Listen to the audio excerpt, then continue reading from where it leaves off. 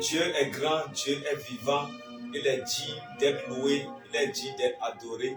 Nous servons un Dieu qui n'a pas changé. Il est le même hier, le même aujourd'hui. Tous les vendredis, à partir de 13h, heure de Cotonou, 12h, heure d'Abidjan, nous sommes connectés sur notre direct les vendredis Doxa. Aujourd'hui, c'est pour moi une grande joie d'être présent, d'être en vie et de vous savoir aussi en forme, en santé, afin de pouvoir suivre ce moment de grande bénédiction. Nous allons prier et confier ce moment entre les mains du Seigneur. Éternel Dieu des armées, nous te sommes très reconnaissants. Nous te disons infiniment merci. Merci pour ce glorieux jour que tu nous as donné. Chaque jour est une grande bénédiction. Aujourd'hui, c'est encore une faveur que tu nous as accordée. Est-ce que parce que nous sommes tellement saints et purs, mais c'est une grâce et une miséricorde. Alors Seigneur, nous te disons merci. Nous te sommes très reconnaissants pour la vie de toute personne connectée à nous, ici et ailleurs, partout dans le monde entier. Seigneur, nous te disons merci. Alors ce moment, nous te le confions plus que jamais auparavant. Éternel Dieu des armées, viens et prends ce moment en compte et agis au milieu de nous. Amen. Qu'une vie soit libérée. Amen. Qu'une destinée soit reposée. Amen. Nous prions afin que après ce direct, qu'il y ait de grands témoignages, Amen. qu'il y ait un avant et qu'il y ait un après. Amen. Nous avons la ferme conviction que toi, l'Éternel, Dieu des armées, qui a commencé cette belle œuvre, tu l'achèveras au nom souverain de Jésus. Amen. Merci pour ce moment et merci pour toute personne qui est assise dans ce lieu. Merci pour les hommes et les femmes derrière les caméras en train de nous suivre. Seigneur, nous te disons toute la gloire et nous prions que quand tu feras de grandes choses, nous te promettons de te retourner toute la gloire. Amen. Amen. Merci Saint-Esprit pour ce moment glorieux. Au nom de Jésus, nous avons prié. Amen, amen et amen. Amen. Alléluia. Amen. Alors aujourd'hui, comme à l'accoutumée, je vous souhaite la bienvenue. J'aimerais vraiment vous dire bonne arrivée sur cette émission très spéciale qui pour moi c'est un moment de gloire, un moment de grande bénédiction, c'est un moment pendant lequel Dieu lui-même agit, Dieu lui-même transforme les vies et Dieu réécrit les histoires. Si vous êtes connectés sur ce direct, c'est parce que le Seigneur a voulu que vous ne ratiez pas les saisons de gloire et les saisons de grande bénédiction. Et aujourd'hui encore, le Seigneur nous fait grâce de partager de grandes choses. Vous savez, la parole de Dieu est l'or que nous avons. La parole de Dieu est la richesse la plus précieuse que Dieu nous a donnée.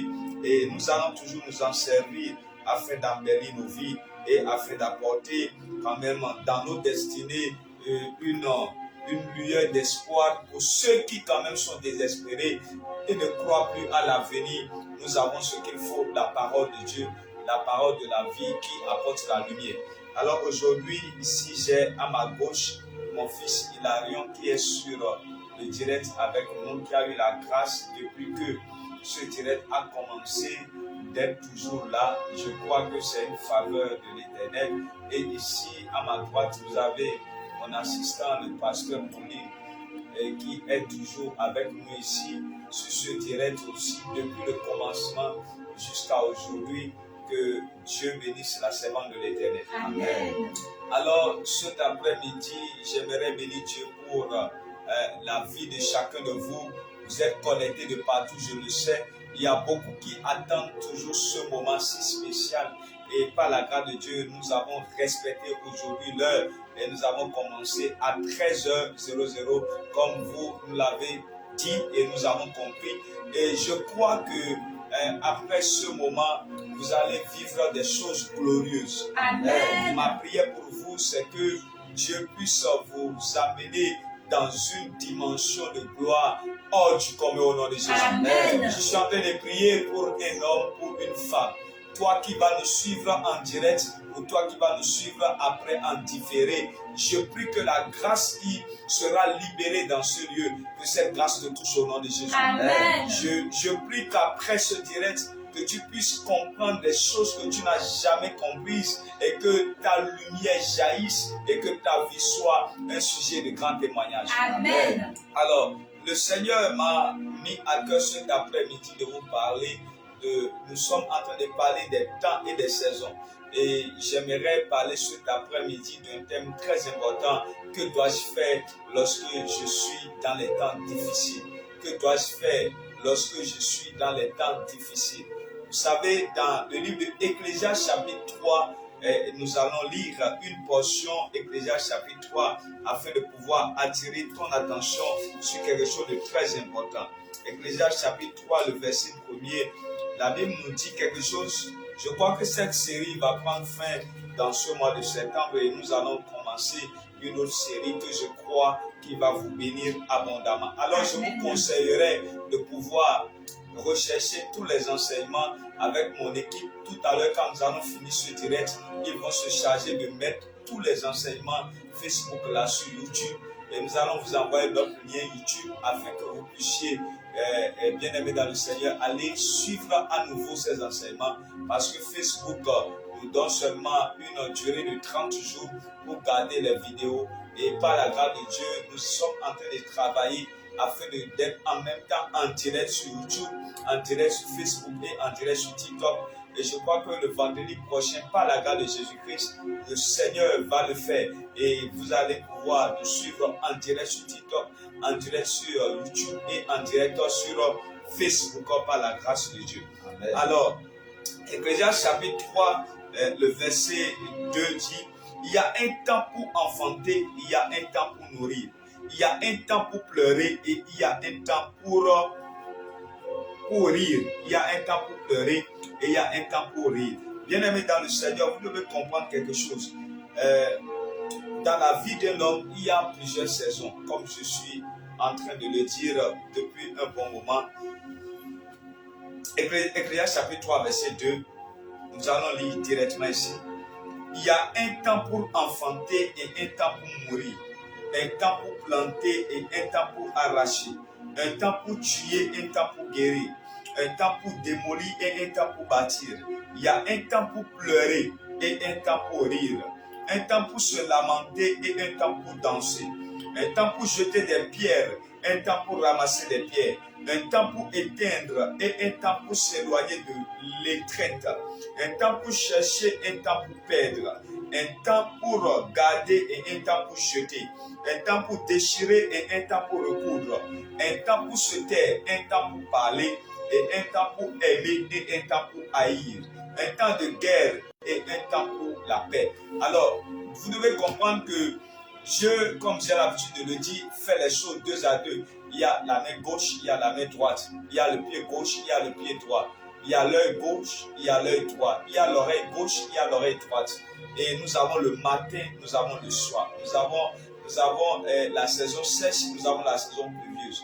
Et vous savez, nous avons la journée, nous avons la nuit. Dieu fait les choses deux à deux. Alors, qu'est-ce que veut dire par là? Dans la vie d'un homme, vous ne pouvez pas vivre une vie de façon linéaire. Qu'est-ce que veut dire par là? Si Dieu dit que vous allez monter, ça veut dire qu'arrivé à un moment donné, si vous êtes en train d'aller de façon droite sur une ligne, si vous devez monter, ça veut dire que vous devez quitter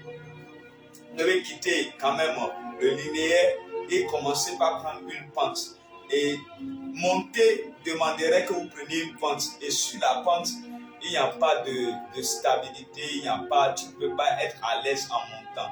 Donc ça veut dire que quand Dieu te dit que tu changeras de saison, cela veut dire que tu dois te préparer à rentrer dans un moment où le confort, tu vas le perdre. Donc qu'est-ce que veut dire en disant cela? Dans la vie d'un homme, il y a des bons moments et il y a des mauvais moments. Et les mauvais moments peuvent être pour vous des bons moments lorsque vous savez les gérer. Cela veut dire quoi? Lorsque quelqu'un vous dit par exemple, je ne connais pas de moment de difficulté dans ma vie, cela ne veut pas dire que la difficulté n'est pas arrivée. Cela veut dire que les mauvais moments ne sont pas arrivés. Mais il a trouvé quand même en lui la capacité de pouvoir transformer les moments de pleurs en moments de rire. Transformer les moments difficiles en moments de possibilités. Donc, qu'est-ce que j'essaie de t'expliquer cet après-midi? Je suis en train de te dire, dans ta vie, les moments difficiles ne manqueront pas. Les moments de pleurs ne manqueront pas. Les moments de difficultés ne manqueront pas. Alors, c'est à toi bien sûr, de pouvoir convertir ces moments parce que tu as la capacité de vivre la difficulté dans la joie. Tu as la capacité de vivre la tristesse dans la gloire et la reconnaissance. Tu as la capacité de vivre les moments difficiles en des moments d'opportunité, des moments de facilité, de capacité et de possibilité. Alors, il y a beaucoup d'enfants de Dieu qui, quand même, quand des saisons arrivent dans leur vie, ce que j'appelle les saisons des ténèbres, les saisons noires, les saisons sombres, où ils commencent par traverser la vallée, les difficultés. Quand vous les voyez net, vous allez sentir que c'est des gens qui sont en train quand même de galérer, soit c'est la pauvreté, c'est la maladie, ou soit il a connu une déception, soit c'est quelque chose. Beaucoup d'enfants de Dieu n'arrivent pas quand même à gérer leurs moments difficiles, les moments où il y a peu, les moments où il n'y a pas, les moments où la joie n'y est pas, les moments où quand même on cherche à s'en sortir, où on n'arrive pas. Il y a beaucoup d'enfants de Dieu qui n'arrivent pas à gérer ces moments. Et ce vendredi, j'aimerais quand même parler au cœur d'un homme et d'une femme qui est en train de me suivre. Je vais essayer quand même d'être posé cet après-midi et pour pouvoir aider quelqu'un. Les moments difficiles ne manqueront pas. Les moments difficiles ne manqueront pas. Et bien même dans le livre de Timothée, je crois, 1 Timothée chapitre 3, 1 Timothée chapitre 3, je crois que Dieu même nous a déjà avertis. 1 Timothée chapitre 3. Non, excusez-moi, 2 Timothée chapitre 3. Il dit, sache que dans les derniers jours, surgiront des temps difficiles. Donc, vous savez, Dieu nous avait déjà averti, les temps difficiles, on ne peut pas échapper à ça. Mais comment un enfant de Dieu peut pouvoir gérer les temps difficiles? Comment un enfant de Dieu peut gérer les moments difficiles, les saisons dans lesquelles où tout déjà autour de toi te prédispose à pleurer, à être triste, à ne pas être joyeux? Comment un enfant de Dieu peut quand même gérer ces saisons-là? Et c'est très important pour la suite. Parce que si vous ne savez pas gérer les moments difficiles, vous n'allez jamais sortir des moments difficiles.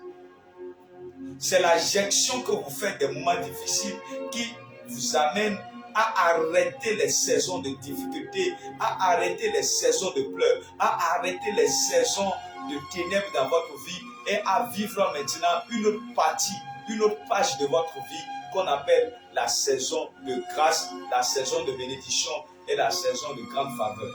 Alors, bien-aimés dans le Seigneur, cet après-midi, j'aimerais vraiment aider quelqu'un, j'aimerais vraiment booster quelqu'un, j'aimerais vraiment que, au travers de cet enseignement et après ce moment, que les moments de difficulté dans ta vie, que même quelqu'un à côté de toi ne puisse même pas remarquer que tu es en train de passer par la vallée. Et nous allons prendre comme prétexte le livre de Psaume chapitre 23.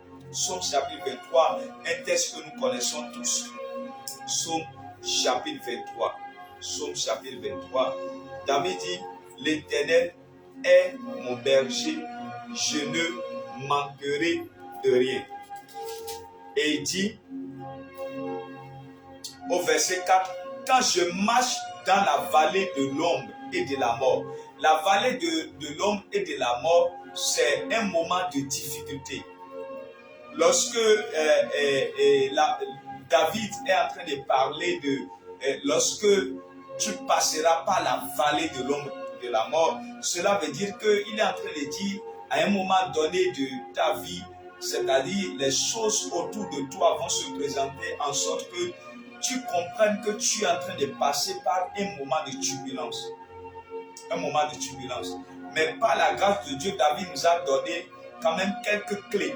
Quelques clés, et j'ajouterai d'autres clés avec des versets bibliques à l'appui.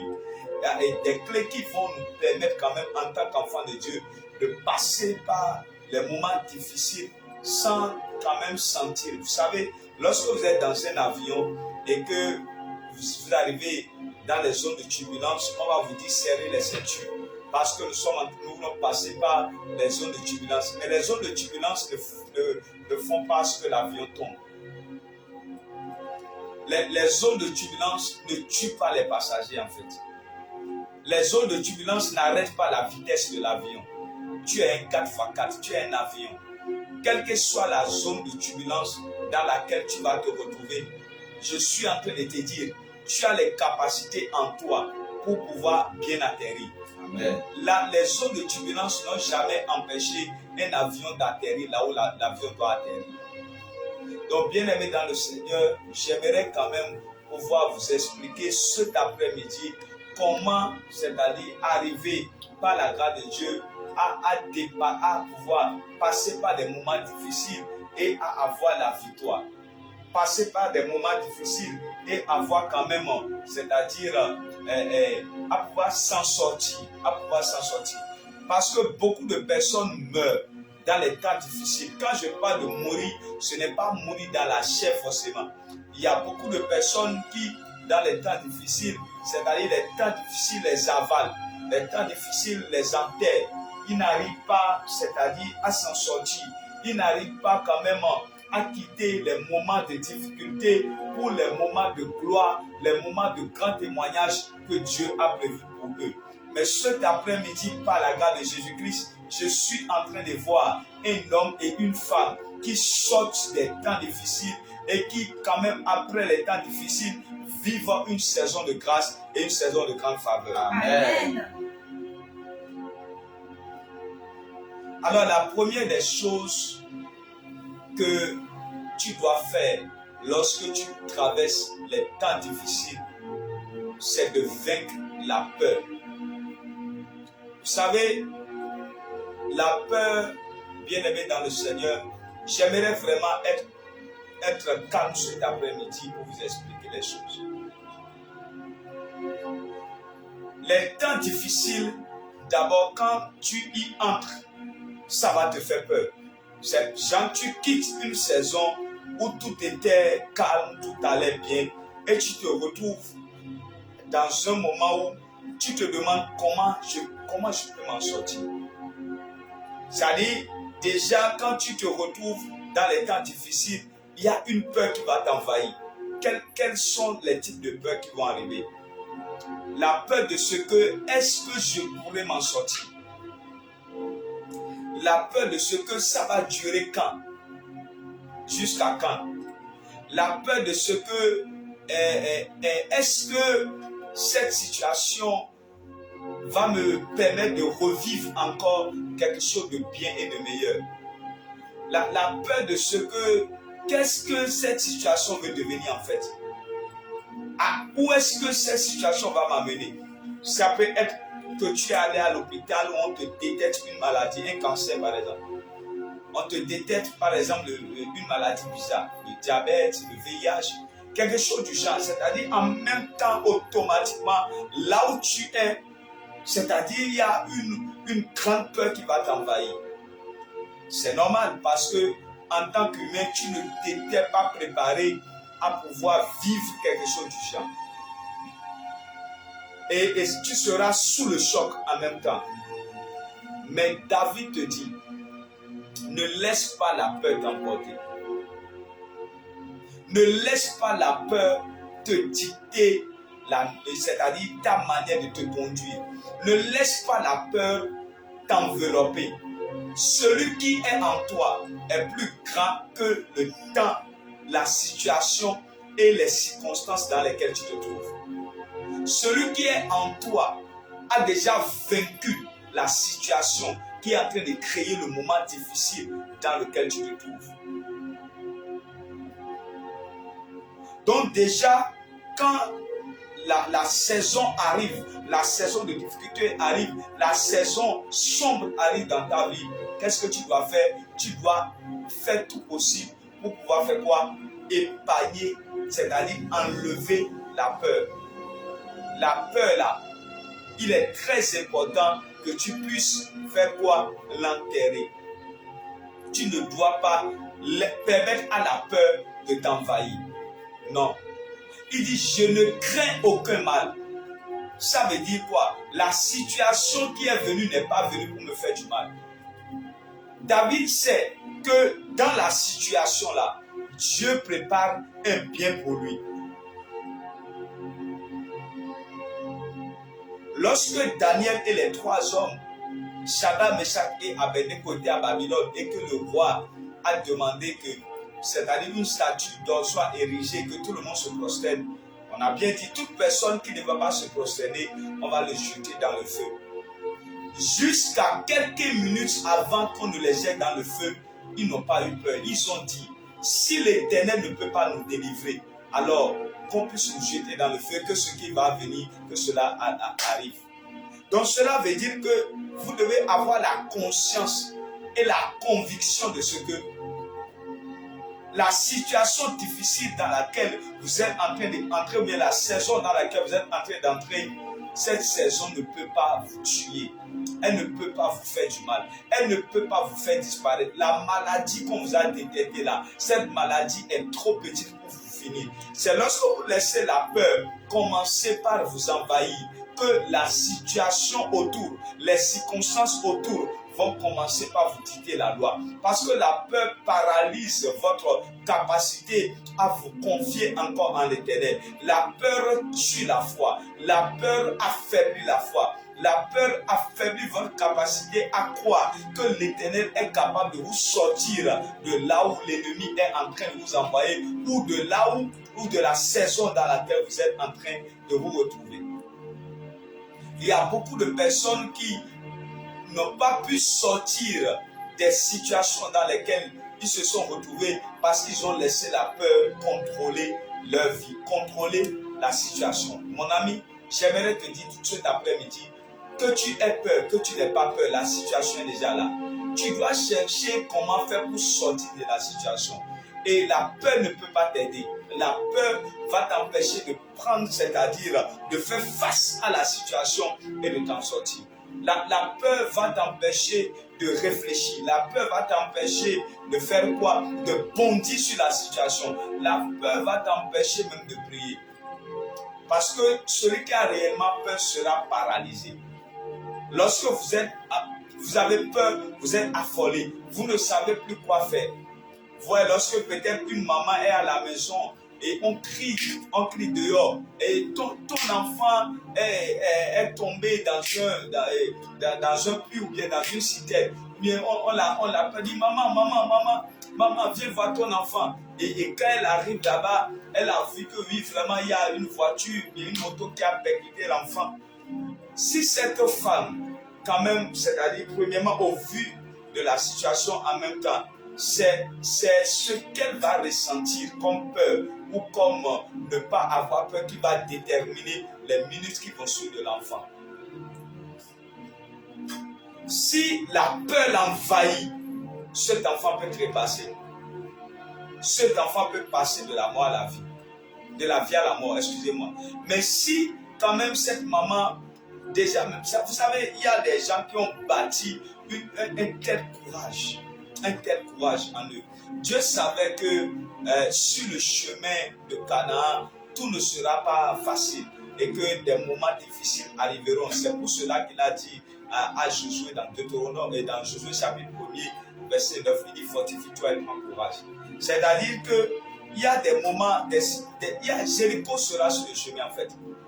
Jéricho, tu ne peux pas épargner Jéricho. Maintenant, arrivé devant Jéricho, soit tu as peur, soit tu t'armes de courage. La peur fera à ce que tu ne vas même pas entendre Dieu te donner des instructions. Celui qui a peur n'a même plus les oreilles ouvertes pour entendre quoi que ce soit. La peur ferme ses oreilles et ferme ses yeux. C'est-à-dire, il est dans une situation où il ne contrôle plus rien. En fait, lorsque la peur vous envahit, vous ne pouvez plus rien contrôler. Et si vous n'arrivez plus à contrôler les choses, cela veut dire qu'il y a plusieurs choses que vous ne contrôlez pas, que vous ne maîtrisez pas, qui vont avoir le dessus sur vous. C'est tellement subtil ce que je suis en train de vous enseigner cet après-midi, mais c'est aussi profond. Est-ce que je parle à quelqu'un? Il il y a beaucoup de personnes qui, quand même, c'est-à-dire la situation dans laquelle se sont retrouvées à un moment donné de leur vie, cette situation les a avalés, cette situation ne leur a pas donné la capacité de s'en sortir. Parce que lorsque les choses ont commencé, il y a une peur. Ils sont toujours... Vous savez, la peur est un instrument que Satan utilise pour pouvoir nous paralyser. Et je prie pour quelqu'un cet après-midi que la peur te quitte à jamais au nom de Jésus. Amen. Paul dit à Timothée, ce n'est pas un esprit de timidité, un esprit de peur que nous avons reçu, mais un esprit de force. Un esprit de force. Donc, lorsque vous traversez les moments difficiles, la première des choses, c'est de lutter contre la peur. La peur. Lutter contre la peur. Mais David nous a encore donné en même temps le remède contre la peur. La conscience de ce que Dieu est avec toi dans la situation. La conscience de ce que Dieu est avec toi dans la situation. Même si tout le monde t'abandonne, Dieu, lui, ne peut jamais t'abandonner. Vous savez, la peur, les situations difficiles, nous avons peur lorsque les situations difficiles arrivent. Lorsque nous voyons à gauche, à droite, et nous voyons que non, il n'y a pas de secours, il n'y a pas quand même quelqu'un qui peut quand même venir nous secourir. Et c'est là que la peur devient encore plus intense. Imagine-toi que quand même tu es monté sur un arbre et sous l'arbre, il y a un animal sauvage qui vient quand même se présenter sous l'arbre. Tu es déjà sous l'arbre en haut et en bas rapidement tu vois, il y a un animal sauvage qui est là et qui t'attend. Ce qui va créer la peur, c'est que tu te dis, je suis déjà pris au piège, je suis quelque part où je ne peux pas m'en sortir. Mais si, pendant que tu es sur l'arbre, tu regardes au-dessus de toi, il y a un hélicoptère qui est en train de se promener au-dessus de toi, où on parle dans un haut-parleur, on te dit déjà sur l'arbre, n'aie pas peur, nous sommes là pour venir te chercher. Déjà, quand tu entends la voix, tu entends ton nom. Daniel, Daniel, Daniel, tu entends, tu lèves les yeux comme ça. L'animal sauvage est déjà là. Mais quand tu lèves les yeux, tu vois quelqu'un que tu connais, qui te tend la main, qui te dit, nous sommes là pour te récupérer. Parce que nous avons constaté que tu es dans une situation où tu ne peux pas t'en sortir. Donc, déjà, la peur disparaît. Et la peur disparaît au point où l'animal sauvage qui est en bas n'est plus quand même, il n'est plus important, c'est-à-dire c'est comme s'il n'existait plus. Donc, beaucoup d'enfants de Dieu, lorsqu'ils traversent les moments difficiles, ils s'éloignent de Dieu. C'est ça qui fait que les moments difficiles dans lesquels ils sont, les engouffrent, les avalent, et les moments difficiles arrivent à avoir le dessus sur eux. Plus proche tu es de Dieu, plus conscient de sa présence tu as en toi, cette situation difficile, tu vas la vivre comme si elle n'a jamais été. Vous voyez, la personne qui était sur l'arbre en train de trembler, qui tremblait sur l'arbre, déjà, quand il lève les yeux et qu'il voit l'hélico et qu'il voit que les gens sont venus le chercher, c'est comme la peur disparaît et l'animal qui est là n'est plus quand même un facteur. Cet animal qui est là n'est plus un facteur. Il ne sent plus qu'il y a quelque chose qui se passe avec lui. Donc, lorsque je traverse les temps difficiles, je dois faire quoi? Je dois me rapprocher de mon Créateur. Je dois me rapprocher de Dieu et être conscient. Vous savez, j'aimerais vraiment rester là. Beaucoup de personnes ont des difficultés c'est-à-dire à réaliser la présence de Dieu dans leur vie. À réaliser la présence de Dieu dans leur vie. Vous voyez ici maintenant, mon fils est ici parce que je le touche. Donc quand je le touche, je me dis il est là parce que je le touche. Et pour beaucoup d'enfants de Dieu aujourd'hui, tout ce qu'ils n'arrivent pas à toucher physiquement, pour eux c'est comme si ça, ce n'est pas du vrai. C'est comme c'est de l'imaginaire. il y a beaucoup de personnes qui vivent Dieu comme dans l'imagination. C'est-à-dire, bon, Dieu existe. Mais pour eux, la réalité, la tangibilité de ce Dieu, comme je peux le dire maintenant même, je sais qu'il est avec moi. Ce n'est pas, comme j'ai l'habitude de dire, je n'ai pas besoin de sentir quelque chose. Non. Il a rien ici, il est là. Je n'ai pas besoin, c'est pas une affaire de chut. Non, c'est qu'il est là. C'est une dimension de vie dans laquelle vous savez qu'il est là. Vous savez qu'il est là, il est là. C'est-à-dire il n'y a pas besoin de sentir quelque chose. Non, il est là. C'est pour cela, vous voyez, un jour je disais à quelqu'un un serviteur de Dieu, je lui disais ceci, je lui disais,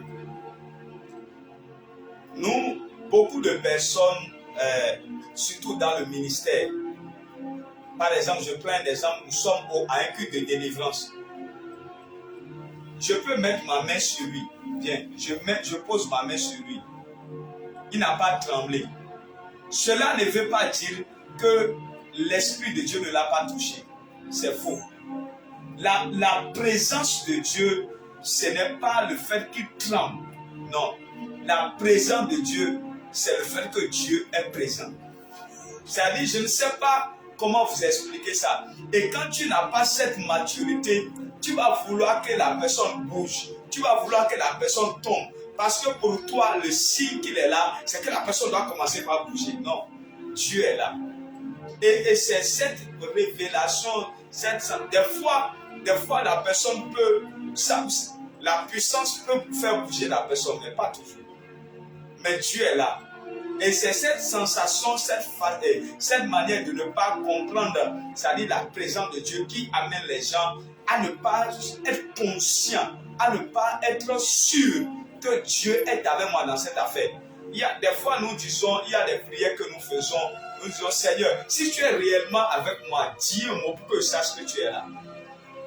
En réalité, vous voyez, pour moi, c'est un manque de foi en fait.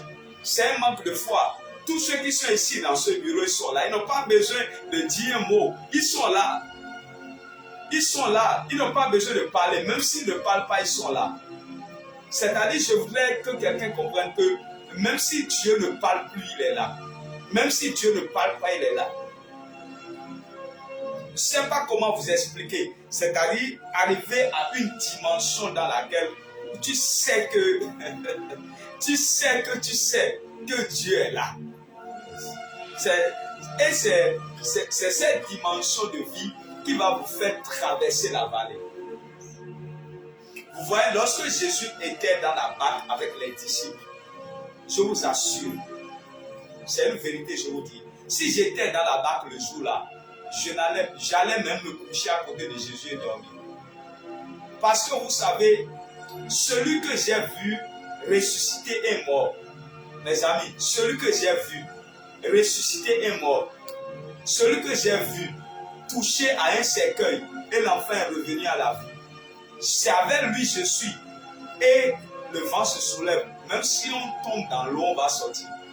Donc il est là quoi. Donc même s'il dort, il est là. Donc comme il est là, il sait qu'il est là. Donc je n'ai pas besoin de faire du bruit. Donc beaucoup d'enfants de Dieu, c'est-à-dire, ils ne sont pas encore arrivés à ce niveau-là, où nous faisons des prières stériles. Des prières stériles, où nous disons par exemple, Seigneur, oh Dieu, si tu es là, fais quelque chose. Non, tu sais, il est là. Il est là. Si le moment vient de faire quelque chose, il va le faire. Quand quelqu'un est avec toi dans la maison, si le moment est venu de préparer, tu n'as pas besoin de parler. La personne se lève et va à la cuisine et prépare et t'apporte la nourriture. Donc la conscience de ce que Dieu est là, Dieu est présent, fera que le moment difficile dans lequel tu te trouves, tu vas banaliser ce moment. C'est comme si ça n'existait pas. I don't know how to explain. Je ne sais pas comment t'expliquer comment ce que je ressens quoi. ne sais pas comment t'expliquer ça. J'ai envie de te faire ressentir ce que je ressens, mais c'est difficile. Dans ta maison, là où tu es en train de nous suivre maintenant, Dieu est là. Dans ton lieu de travail, Dieu est là. Alors, pendant qu'on est en train de t'annoncer la mauvaise nouvelle, tu n'es pas la seule personne à l'entendre. Dieu l'a aussi entendu. Pendant qu'on est en train de, c'est-à-dire de vouloir te renvoyer du service et qu'on est venu t'annoncer, tu es venu, on t'appelle dans le bureau, on te dit que bon, on veut te licencier. Ce n'est pas toi seul qui a entendu, Dieu aussi a entendu. C'est-à-dire quand tu as l'assurance de ce que, c'est-à-dire ce Dieu-là. Maintenant le problème c'est qui Dieu est pour toi, c'est encore là le problème en fait. Alors, qui il est pour toi, quelle est la révélation que tu as de Dieu? Quelle est la compréhension que tu as de lui? Pour toi, c'est un grand barbu qui est assis quelque part avec des grands barbes et qui parle avec une grosse voix. Ou bien, il est pour toi celui qui est capable de te sortir des tréfonds de la Bible. Est-ce qu'il est pour toi celui qui est capable de dire un mot et la situation change? Est-ce qu'il est pour toi celui qui est capable de te sortir même des situations les plus compliquées? Est-ce qu'il est pour toi celui qui guérit, celui qui lave, celui qui réussit, celui qui amène c'est-à-dire de nulle part à quelque part la révélation que tu as de Dieu? Ça, c'est le troisième point. C'est-à-dire les moments difficiles, tu arriveras à t'en sortir lorsque tu as une bonne révélation de qui il est. Job dit ceci. Mon Rédempteur est vivant. Mon Rédempteur est vivant. Il parlera le dernier, il agira le dernier. Ce qui a conforté Job dans sa situation de détresse, c'est parce qu'il avait une autre révélation de Dieu maintenant.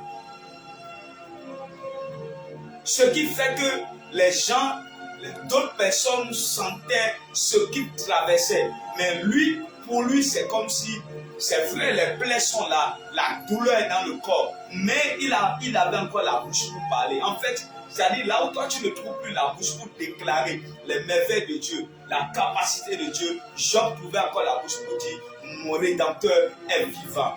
Mon Rédempteur est vivant et il se lèvera le dernier. Donc il savait que quoi qu'en soit ce qui se passe, même si la vallée est en train de durer, mon Rédempteur se lèvera. Même si la vallée est en train de faire comme si elle ne va pas s'arrêter, celui que je suis, celui que j'adore, celui que je célèbre, celui pour qui j'ai tout abandonné, il est vivant et il parlera. Il ne me laissera pas, il ne m'abandonnera pas, il agira. Donc le problème, ce n'est pas les temps difficiles, mais c'est aussi la révélation que tu as de celui qui est avec toi, Dieu, pendant que tu traverses la vallée.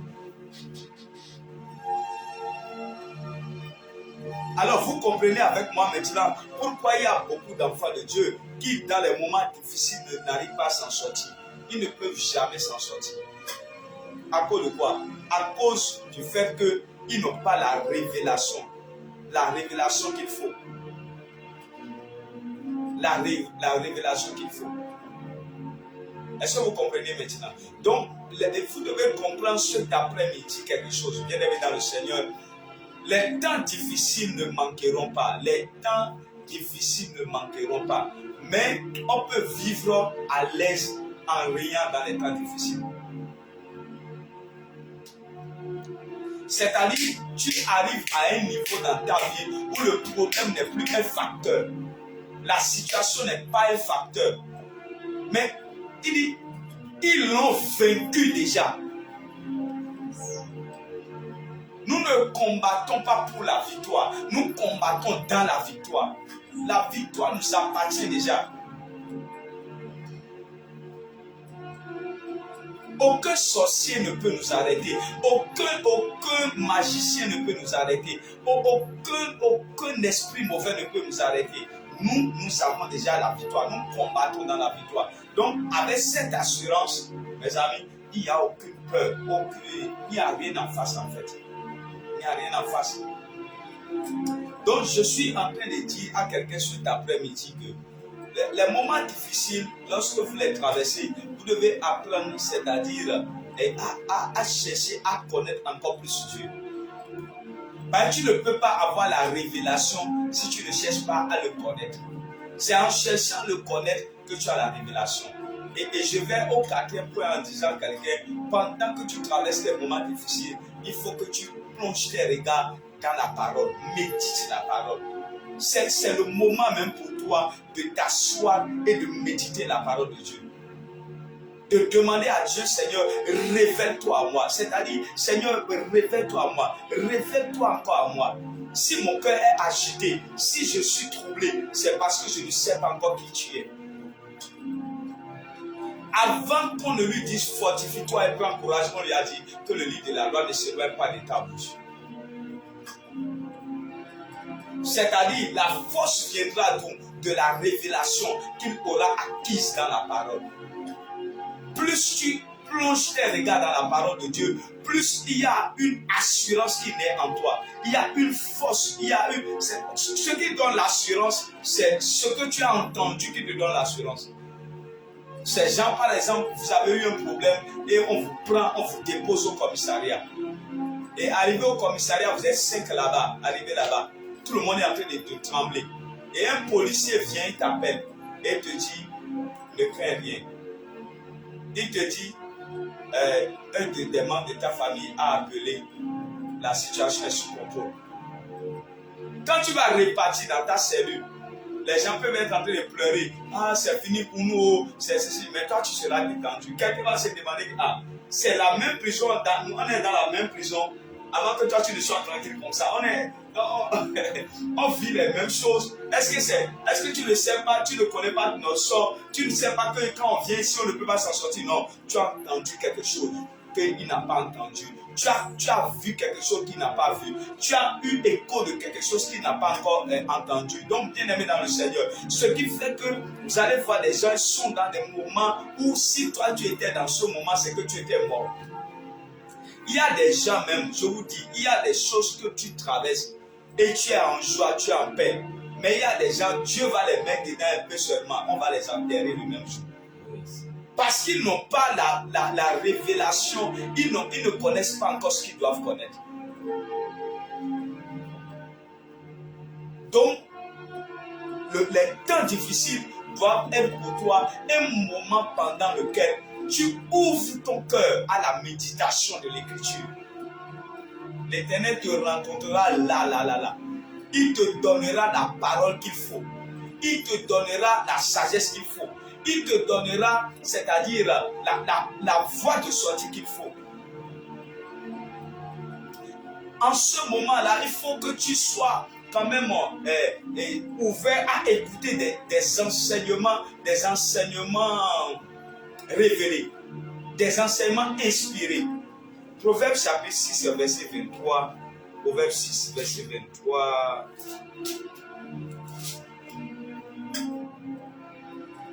Il dit, le commandement est une lampe, mais l'enseignement est une lumière. L'enseignement est une lumière.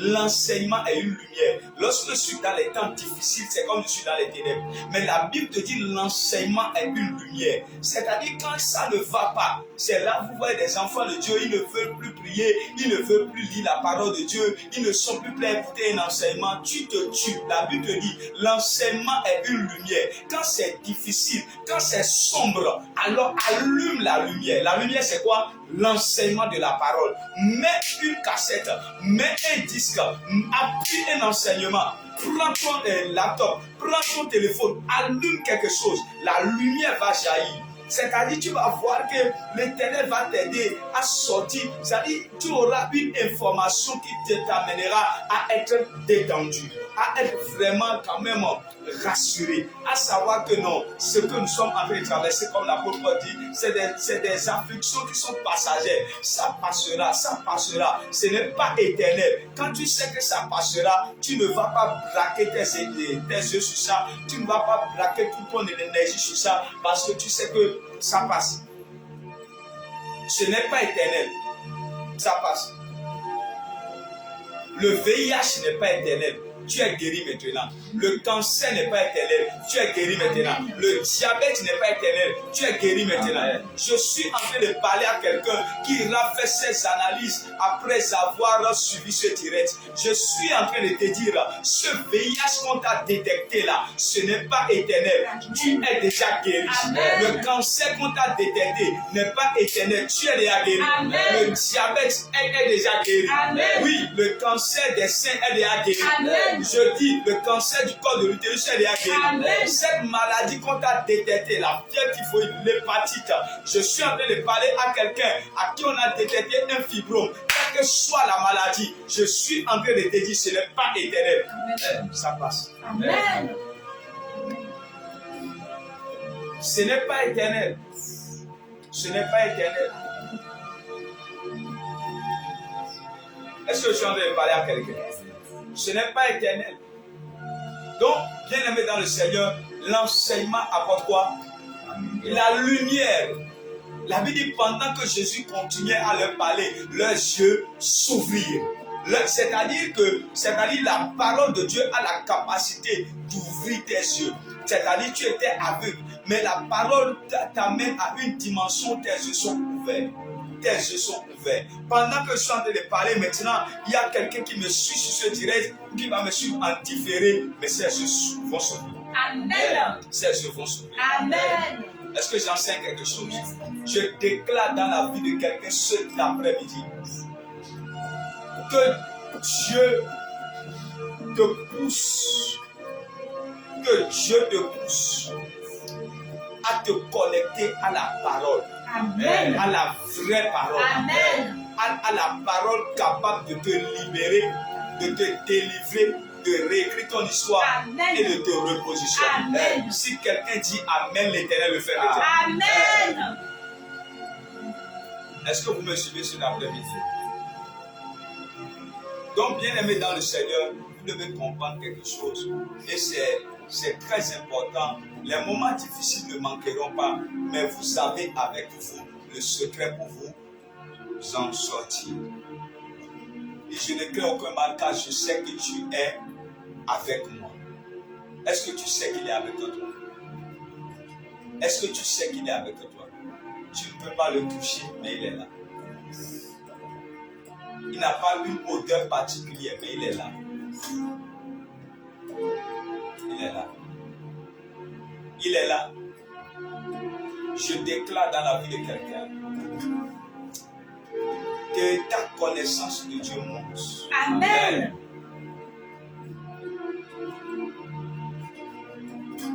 Que ça monte. Amen. Nous sommes en train de parler de comment gérer les temps difficiles. La sixième chose, évite la solitude. Évite la solitude. Évite quoi? La solitude. La solitude. Dans Genèse chapitre 3. Genèse chapitre 3.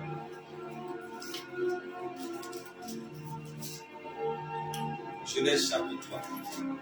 Je bénis Dieu pour la vie de tous ceux qui sont connectés cet après-midi. Oh yes, que Dieu vous bénisse abondamment. Amen. Amen. Que Dieu vous bénisse. Est-ce que vous pouvez acclamer le Seigneur pour la vie de ces gens, de ces femmes? Vraiment, vous êtes merveilleux. Amen, amen, amen. Oh yes, vous êtes merveilleux. Amen. C'est pour vous que nous sommes là. C'est pour vous que nous sommes là. Donc, dans Genèse chapitre 3, la Bible nous parle du serpent qui avait vu Ève. Ève qui était seule. Elle se promenait dans le jardin pendant que son mari était occupé à autre chose.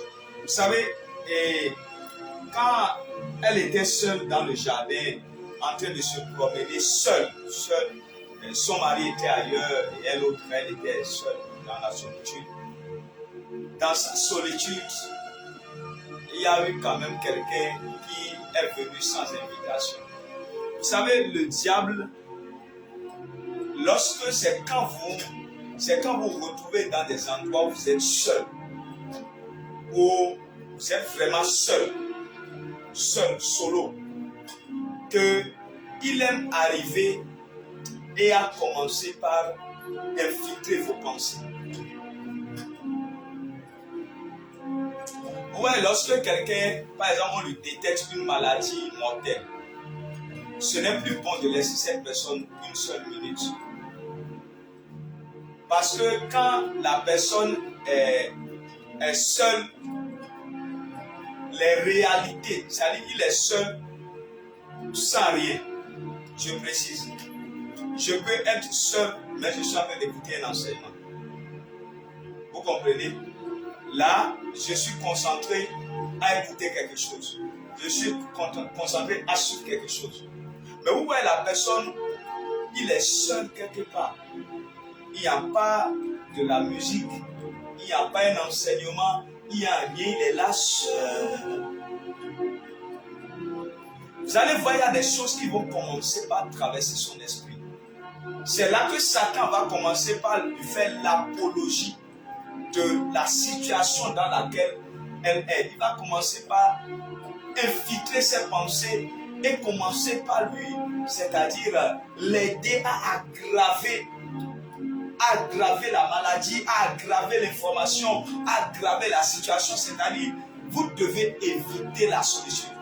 La solitude, quand vous traversez les moments difficiles, vous devez éviter de vous retrouver seul, comme j'ai dit. C'est-à-dire, même si vous êtes dans votre bureau seul, vous êtes à la maison seul, vous devez être en train d'écouter quelque chose. Vous devez être en face de quelque chose. Parce qu'il y a le silence tout autour de vous.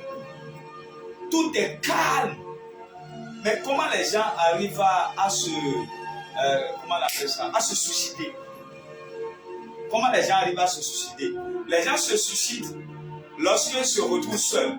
Personne n'est là.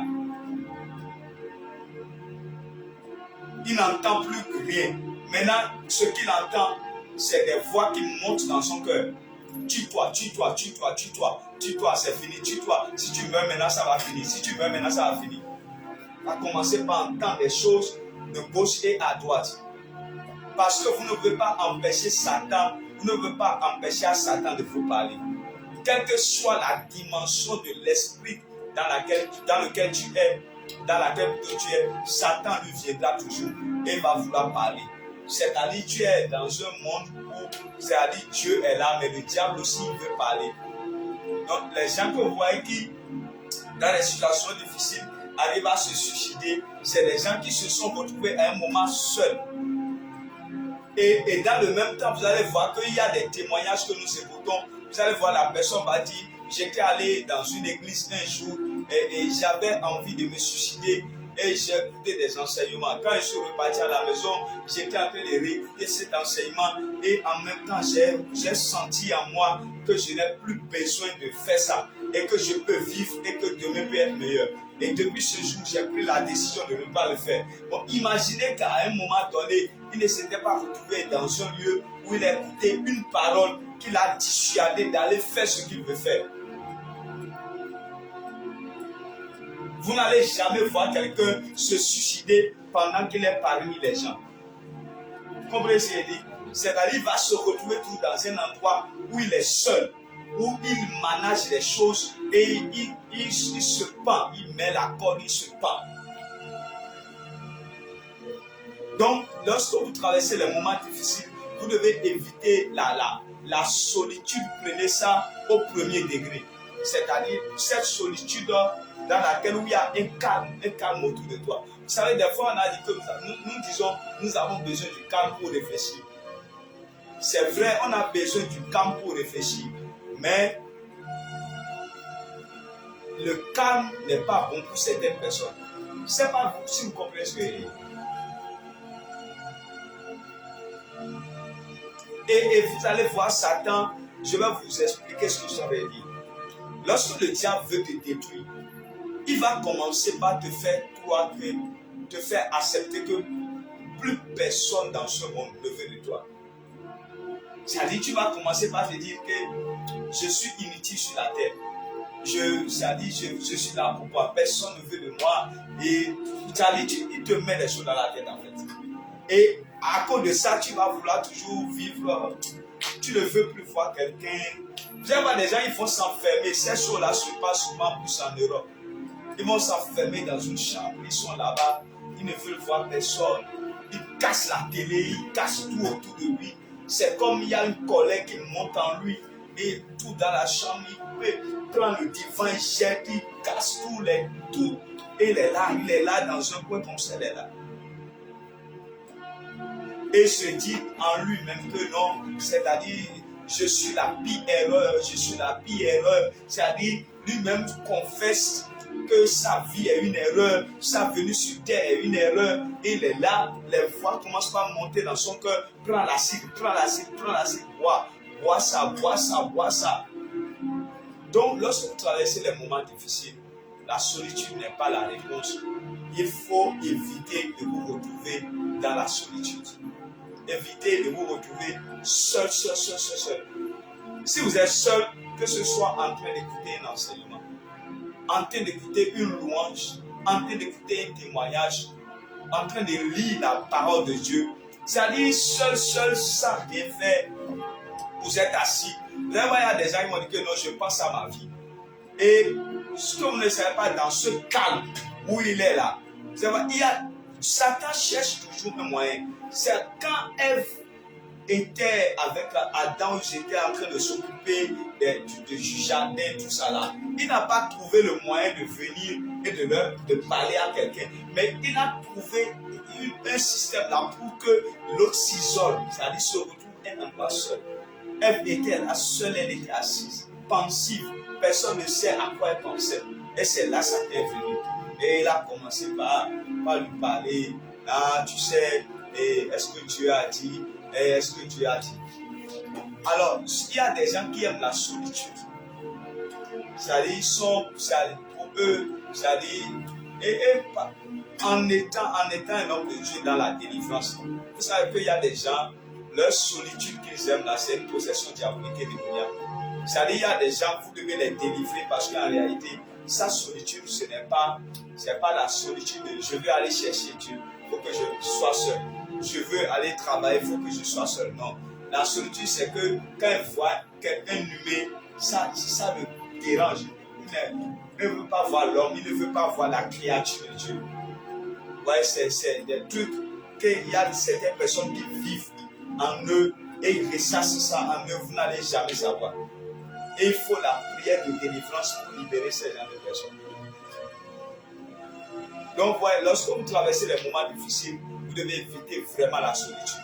Vous devez vraiment éviter la solitude.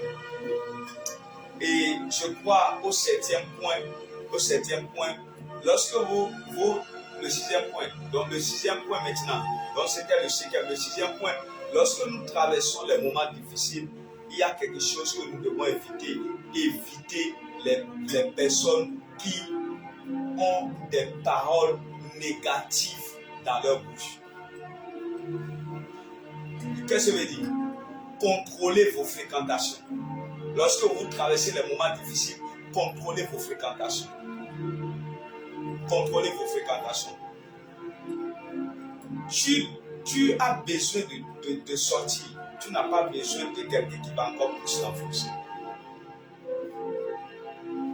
C'est comme par exemple, tu vas voir quelqu'un, tu lui dis maintenant que ah, ma soeur, comment ça va?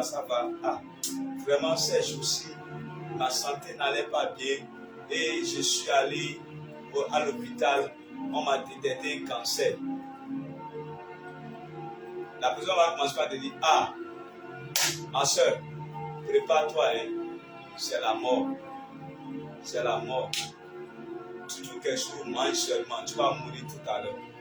C'est-à-dire, vous comprenez ce qu'il dit? C'est-à-dire, il y a des gens qui, au lieu de te donner quand même un peu de courage, la personne sait que le résultat que tu as reçu là, c'est un résultat mortel. Mais la personne sera toujours là à t'encourager en fait. Même si toi-même tu penses à la mort, la personne te dira que toi tu ne peux pas mourir maintenant.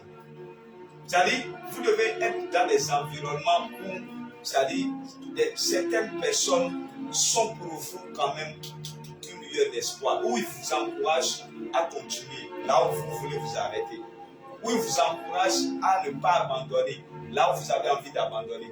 Pas des gens qui vont là pour vous rappeler vos erreurs, vos échecs, des gens qui seront là à vous rappeler que non, tu n'es rien, tu as eu l'échec, tu ne vas pas abandonner. Non, non, non. Tu n'as pas besoin de ça. Ne donne ni là, tu n'as pas besoin de ça. Ce dont tu as besoin, c'est des gens qui vont t'encourager. Hein? Tu n'as pas besoin de la femme de Job qui va venir commencer par te dire maudit Dieu meurt, maudit Dieu meurt. Non, tu as besoin des gens qui vont te dire avec l'Éternel, tu vas t'en sortir. Avec l'Éternel, tu feras des exploits. Tu as besoin des gens qui doivent venir te prendre par la main pour te dire non, mon frère, ne reste pas là comme ça. Viens, on s'en va. Viens, on s'en va. Il faut qu'on aille. Allons-y à un concert chrétien. Pourquoi tu es trop calme comme ça? Viens, allons-y. Ne sois pas trop tranquille. L'Éternel est capable. Allons-y. Allons-y, ce n'est pas la fin du monde. Tu as besoin des gens qui vont t'encourager. Tu as besoin des gens qui vont quand même te faire croire, te faire accepter que demain est meilleur. Tu as besoin des gens autour de toi qui vont quand même te dire que ce n'est pas encore fini pour toi et que Dieu est capable de réécrire une nouvelle histoire avec toi. Donc, il faut que tu fasses attention. C'est pour cela que tu dois juger quand même, c'est-à-dire l'apport des gens. Lorsque tu commences à traverser les moments difficiles, tu dois faire très attention parce que les paroles ont quand même un effet, qu'on le veuille ou pas, ils ont un impact sur notre vie. Et tu ne peux pas permettre aux gens de parler n'importe comment sur ta vie lorsque tu es en train de traverser certaines choses. Lorsque tu es en train de traverser certaines choses, tu dois choisir les gens avec qui tu dois rester, les gens que tu dois écouter parce que tu as besoin d'être encouragé et non d'être plongé. Tu as besoin d'être revitalisé et non d'être détruit et d'être affaibli. Tu as besoin quand même de retrouver l'espoir et non de vivre le désespoir pour tout le restant de ta vie. Donc, mes amis, lorsque vous traversez les moments difficiles, vous avez besoin d'un bon entourage. Vous avez besoin d'un bon entourage. Il y a des gens avec qui il ne faut même plus écrire. Il y a des gens qu'il ne faut même plus appeler. Parce que quand vous allez les appeler, ils vont encore, c'est comme s'ils vont encore réveiller des choses, susciter des choses en vous qui vont vous amener à être encore abattu à être totalement brisé.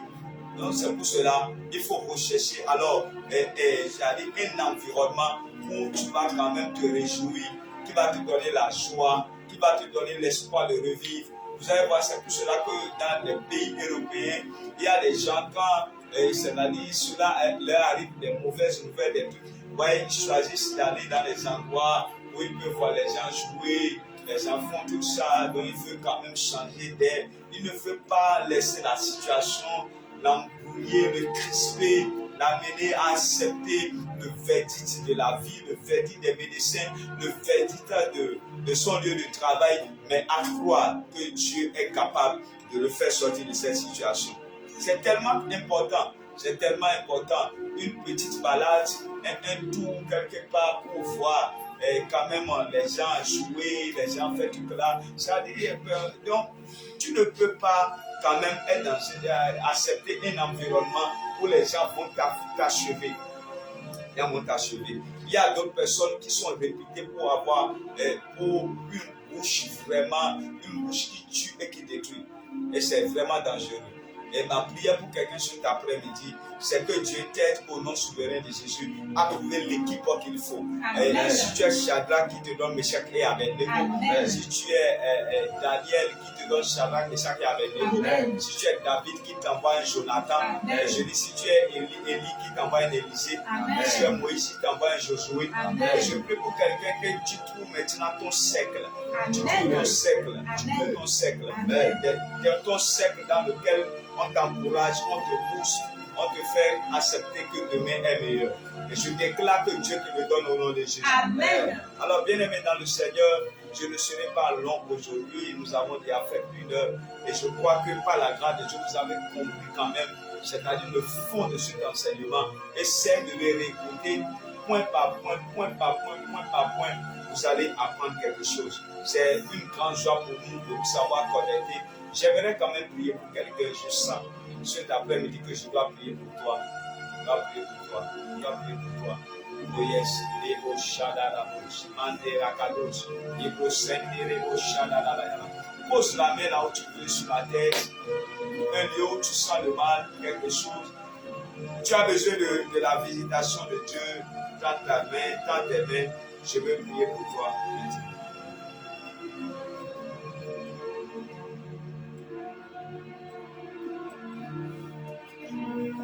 Éternel Dieu des armées, créateur du ciel et de la terre, je veux seulement dire une parole dans la vie de quelqu'un. Vis le miracle que tu n'as jamais vécu. Amen. Vis le miracle que tu n'as jamais vécu. Amen. Vis le miracle que tu n'as jamais vécu. Amen. Je dis, vis un miracle que tu n'as jamais vécu. Amen. C'est ma prière pour toi. Amen. Et si tu es malade, Jésus te guérit. Amen. Si tu es désespéré, Jésus te redonne de l'espoir. Amen. Vas-y loin. Amen. Ne t'arrête pas. Amen. Le meilleur est devant. Amen. Le meilleur est devant. Amen. Le meilleur est devant. Amen. Le meilleur est devant. Amen. La victoire est dans ton camp. Amen. Que Dieu te garde. Amen. Que Dieu te protège. Amen. Que sa main soit sur toi. Amen. Au nom de Jésus, nous avons prié. Amen. Amen, amen, amen. Je bénis Dieu pour la vie de tous ceux qui étaient connectés le vendredi prochain à partir de 13h, heure de Cotonou, 12h, heure d'Abidjan. Soyez connectés et surtout invitez les amis, les collègues, la famille à le faire. Bye bye et à vendredi prochain.